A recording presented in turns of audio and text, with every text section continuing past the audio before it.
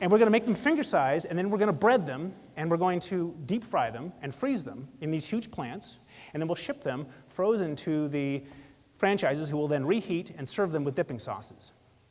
Now, if someone just described a nugget to you, I don't know if you've ever broken one open. You probably haven't even seen them, but I mean, you probably have friends or distant relatives who may have made the mistake of buying one.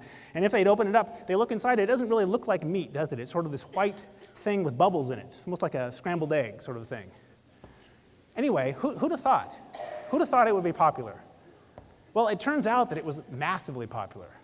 I mean, nuggets were so big that they have these aerial photos back from the day, and you see these people lined up around the McDonald's, to get their nuggets. There would be minor riots when they ran out.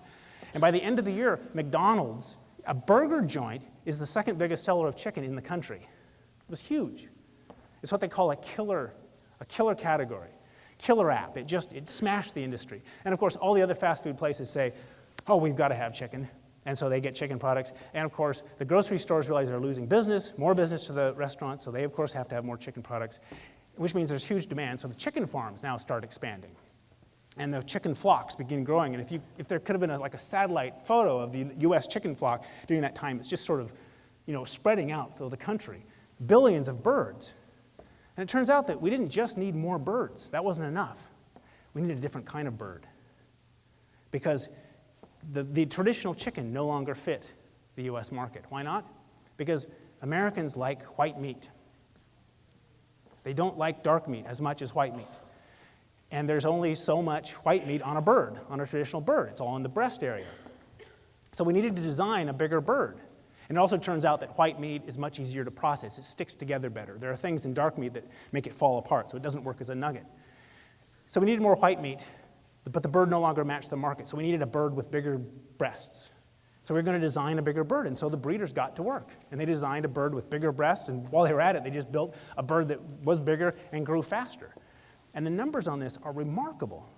In 1940, which is when the American sort of chicken industry becomes commercial, it took 16 weeks to get a bird to slaughter weight, which at the time was 2.5 to 3 pounds. Okay, today, it takes between 6 and 7 weeks, and it's getting closer to 6, to get a bird to slaughter weight, and it's between 6 and 7 pounds. So it's huge, and these birds, I mean, you look at them, and they are well endowed. They're so large they can hardly walk. These are birds that never know the matrimonial pleasures. A, they are oft before they reach reproductive age, and B, they couldn't mate if they tried. They're just not built for it anymore. But they produced a lot of meat. And you'd think that the industry would be satisfied with that, but no. McDonald's and the rest didn't just want bigger birds. They needed the birds to be cheaper still. Why? Because at the time, and your families probably don't talk about this, but at the time, McDonald's and the other fast food joints were engaged in a price war. They were really trying to kill each other by underselling each other. And their weapon of mass destruction was chicken. Nuggets, sandwiches, everything. And they would sell, 2 chicken whatever sandwiches, McWhatevers, for 50 cents, 2 for $1. And how were they doing that? Well, here's how they were doing it. McDonald's realized, it and the other big purveyors realized that they were the biggest customers for the chicken processors. And they would go to these processors and say, look, you can't do without us. We're your most important customer. You pretty much have to do what we say, right? Right. Okay, so here's what's going to happen. A, you're going to lower your prices every year. And B, just to make sure that you're lowering them as fast as you can, you're going to let us come in and open your books and see how much you're spending on chicken. We want to see how much you're spending on feed, on labor, on insurance, on everything. And then we'll all decide how much profit you can make. And so now the big chicken processors, like Tyson, for example, this was the case a few years ago, they're making about 2.5 cents a pound in profit, which on a bird works out to be about a dime. So all that trouble to make that bird, and they make a dime in profit. Now, if you're a big company like Tyson, and you're getting huge pressure from Wall Street, from your investors, to increase your profits every year, and you're making a dime a bird, what is your one option? You have to produce more of those birds, a lot more of those birds. And so where in 1980 you could get by as a chicken processor, maybe producing 35 million chickens a year, which seems like a lot. It seemed like a lot to me. Today, you can't produce anything under 200 million. And some of the bigger plants produce, close to 250, 500 million a year. chickens every year. Massive amounts. Now, it has driven the price down. I mean, between 1980 and today, the price of chicken, when you adjust for inflation, has dropped to a third of what it was. A third. Consider that. It's amazing. And you'd see it became, as price dropped, consumption went up, and so people started eating less beef, even less beef and less pork. So what did the pork and beef producers do? They realized they had to do the same industrial thing. They had to get bigger. They had to get more automated. So they could drive their prices down too. And so now you go into a plant today, and I understand some of you get to tour some of the local ones here, and you've seen some of the automation. There's a lot more automation now because they've done away with a lot of labor. Not all the labor, but they've done away with some of the labor. And in many plants, they'll have automatic processors that essentially take the bird down the line and treat it as if it were sort of being disassembled. And they can do 50 of those, 100 of those a minute. And one of the advantages, food prices have gone down. I mean, we are looking at some of the cheapest food ever. But we're also seeing some of the disadvantages because we're recognizing that there were some other ways that they were able to drive the price down. For example, some of the big processors began moving their plants into the south. Why? Because labor is cheaper, because there's fewer unions, so you could pay less wages. Some of the things else they did, they just started getting offshore labor, that is to say, illegal immigrants. And for a long time, every time you read about a big INS bust in the food industry, it was at a meat processing plant. Because increasingly, the industry turned to illegal labor as a way to keep the price down, apparently to keep us all happy. And there were many more effects. I mean, if you look at what the pork processors have had to do, they will take an industrial pig farm is a sight to see or to smell. I don't know how many people have been within smell shot of one of these things, but it's something else. You know, you have 5 or 10 or 20,000 animals on one site. It's, a lot of food goes in and a lot of poop comes out. And the poop is stored on site in these things, they call them poop lagoons. I mean, you gotta love terms like this. And it's essentially a big lake, a huge lake, sort of a reservoir, lined, you hope. And it sits there and it processes like a big sewage plant. The problem is that early on in this industry, they didn't quite know exactly how to build these things, and occasionally they would break. The dam would breach, and you'd have a flood of pig poop. I mean, millions of gallons racing across the landscape. There was one classic in North Carolina, and just, it was a brown streak. And it's mildly funny in retrospect, but it was a horror back then. I mean, it went into a river and just killed fish up and down the river. Can you imagine this thing rolling across your farm or into your basement? I mean, that's it.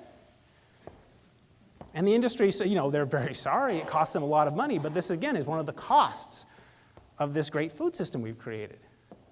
Because it's called concentrated, production, and this is one of the impacts.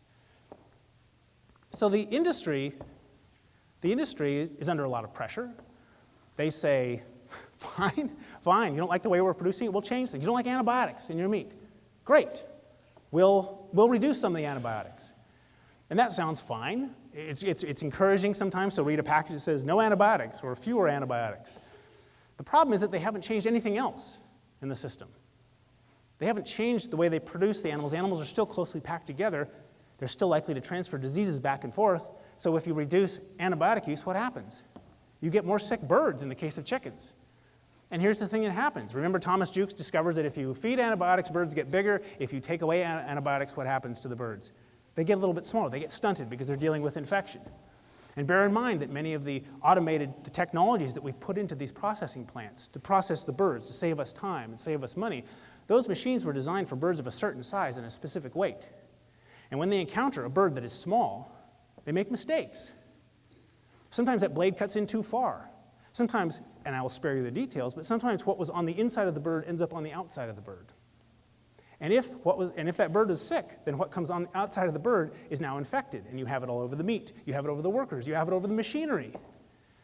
And this is one of the reasons we've seen a rise. After a decline over decades, we've seen a rise when we do studies, when we look at meat, chicken in the supermarket, particularly ground chicken.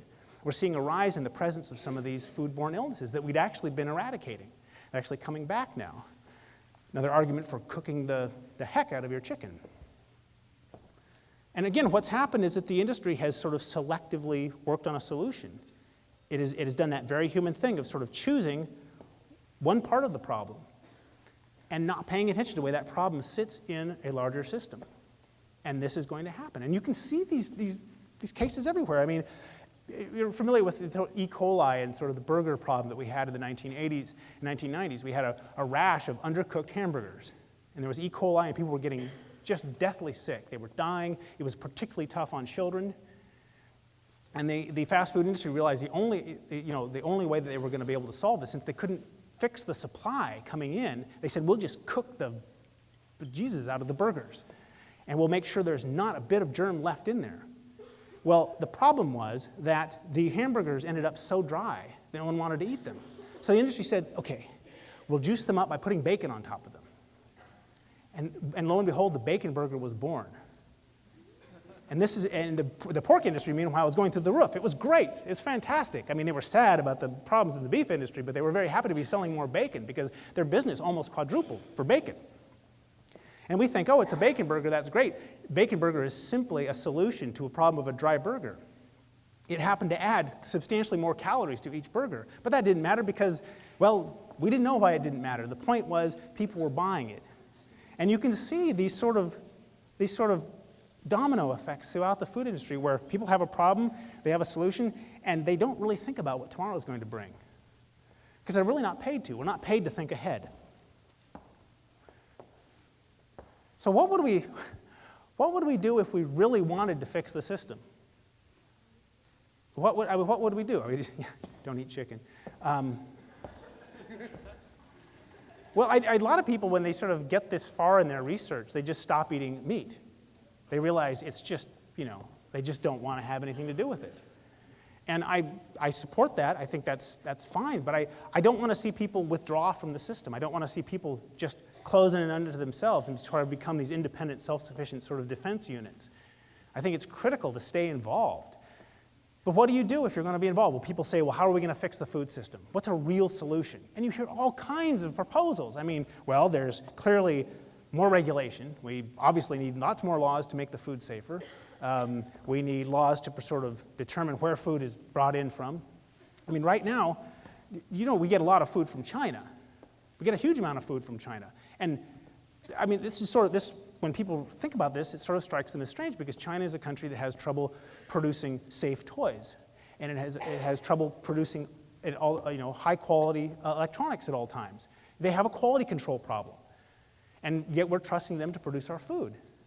Now, the Chinese are absolutely aware of this. They are working overtime to try to fix the problem, but China is sort of behind the curve. China is where we were about 100 years ago in many respects. It's a rapidly industrializing country whose government is behind the curve trying to fix the system.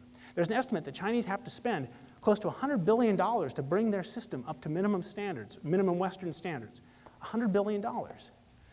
And the fact that their food is cheap now reflects that they haven't spent that $100 billion. So this is sort of the position we've got ourselves into. How do we fix this? So you see all these people saying, well, we can do regulations. We can have organic food. We can have local food. We can have free-range food. And those are all going to be part of it, I think. But what does that mean to you? What does that mean for you as individuals? When you hear somebody say, well, I think that if we had a climate-friendly policy that forced the farmers to use carbon-friendly, neutral, it's like, whatever. It may turn out that that's actually a good move for sustainability, and I happen to think it is. I think the farming community can play a huge role in a climate-friendly policy. But for individuals, it doesn't make a lot of sense. It doesn't have a lot of relevance. And what's critical is to understand is that this food system, the problems that I'm talking about aren't going to be solved. They're not top-down solutions. It's not going to be solved from Washington, D.C. or Austin. It's going to begin with you. Because as long as we're willing to accept what is being produced for us, why would the producers change? They have no incentive to change. As long as we're willing to sort of accept that what comes out of the plants, they are happy to keep shipping the stuff out of the plants. This is sort of the problem of being a consumer. We're consumers. 100 years ago, we were producers. Most of us either farmed or we knew somebody who farmed.